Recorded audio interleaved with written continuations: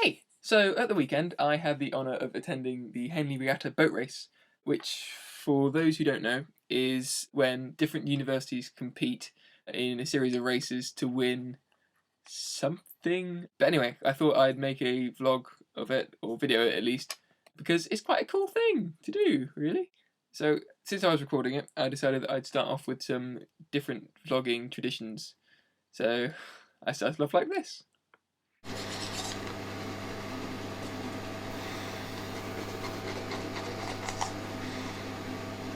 Now, I had really no idea what to expect with this, and because I've never been anywhere like this before, really, so I had to resort to chinos and a shirt, woo, which I can show you here.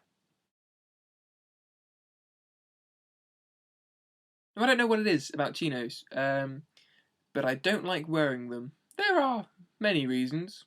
Because you hate shopping of any kind? Maybe you just don't see yourself as good enough to wear them. Because you've been wearing those jeans too long. But either way, I just felt out of my comfort zone wearing them, and so I was very nervous. Now, getting over this fashion minefield, I met up with Charlie, Mariska, Amy, Lauren and Lizzie, and then we drove out to Henley. And being me, over the series of months that I've known about this, I've set it up to be this amazingly British thing. And it really was. But at the back of my mind, I wondered how much would it live up to expectation, and how much would tarnish my view of what is supposed to be quintessentially British. And when we got there, we had a little gazebo, which was really quite cool, and we set it up and decorated it accordingly, of course. The front to the back. We want it at the front, don't we? Yes, we do, at the front. After getting to know each other slightly, we vacated our base, making our way to the riverbank. And, on the way, I saw one of the best suits I've ever encountered. After finding a free spot to watch a series of races, we waited a while and performed basic percussion with our bodies. From here, we could see the Newcastle and Imperial College London boats come into view, and this was the most aggressively middle-class thing I have ever encountered, as voices roared while still enunciating.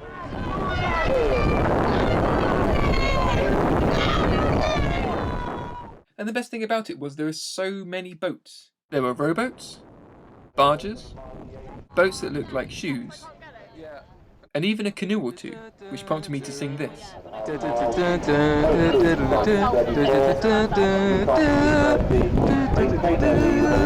Now further up the river we found this enclosure where they were selling replica British rowing uniforms for over £90.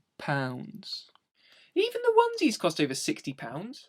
And in the same enclosure we found these cool synchronised rowing machines where people could pretend to be athletes. Go! How are you feeling towards to be in the quarterfinals of Henley whatnot? I feel weird surrounded by people that actually row. And a quick massage area where you could pretend that you weren't a rub down. Yeah, all the time, like knots, is that right? Yeah. Loads of those. Now I can remember sitting in this chair and suddenly hearing a reggae song, and I scoffed. And I scoffed just because I thought that this music wouldn't fit in. But why shouldn't it be played? It had the same right to be played as I had to be at Henley Regatta. Now later we found a place that did cocktails and immediately rushed in to see what we could find. And you know what, the drinks were cheap, compared to the onesies and stuff that were on sale.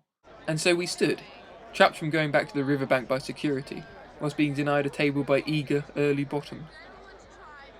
Moving on from there, back to the riverbank, we watched the ducks for a while, but I was enraptured by the other things that weren't boats taking up the river.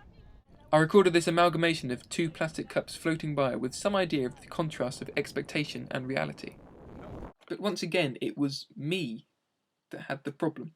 I mean, the river was quite clean otherwise, and the small bit of rubbish was just that, really, a small bit of rubbish. But on closer analysis, there really isn't another metaphor that I can find from this. It was just rubbish. So we went back to the gazebo, celebrated a birthday, and then collapsed under a high sun. And soon talk turned to this house that overlooked where we were. Apparently it belonged to an old Etonian, but we knew no more about it than what we could see from where we were.